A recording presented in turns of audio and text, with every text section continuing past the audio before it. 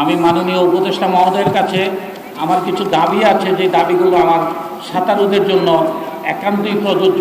আমি শুধু সেই দাবিগুলি করে আমার বক্তব্য শেষ করব। আমাদের এখানে 2টি সুইমিং পুল আছে, একটি হলো নবীর সাঁতারের জন্য, আরেকটি আমাদের আন্তর্জাতিক, যেটা আমাদের সামনে এখন আছেন।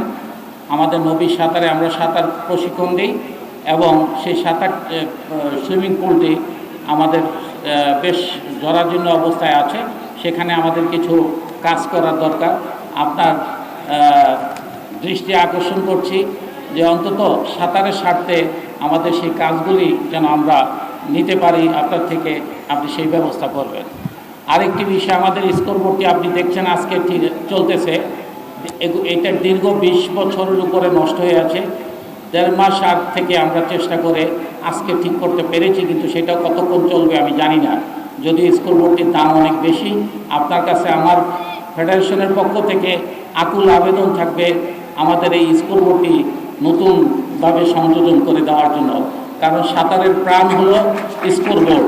যদি স্কোরবোর্ড হ্যান্ড টাইমিং নিয়ে আমরা, সেক্ষেত্রে আমরা মেজারমেন্ট করতে পারি না আসলে টাইমিংটা কত আসে। তারপরে সুইমিং পুলের বিভিন্ন সংস্কার কাজ আছে। আমাদের জরুরি একটি বিষয় হলো যে আমাদের সাঁতারুদের গ্যাসের প্রয়োজন। গ্যাস দিয়ে আমরা শীতকালে পানি গরম করে সাঁতারুদেরকে প্র্যাকটিসে রাখি। সামনে আমাদের অনেকগুলি আন্তর্জাতিক টুর্নামেন্ট আছে। আমাদের গ্যাস বিল বাকি থাকার কারণে, প্রায় 4 কোটি টাকার মতো গ্যাস বিল বাকি থাকার কারণে আমাদের লাইনটি কেটে দিয়েছে। আমি আপনার দৃষ্টি আকর্ষণ করছি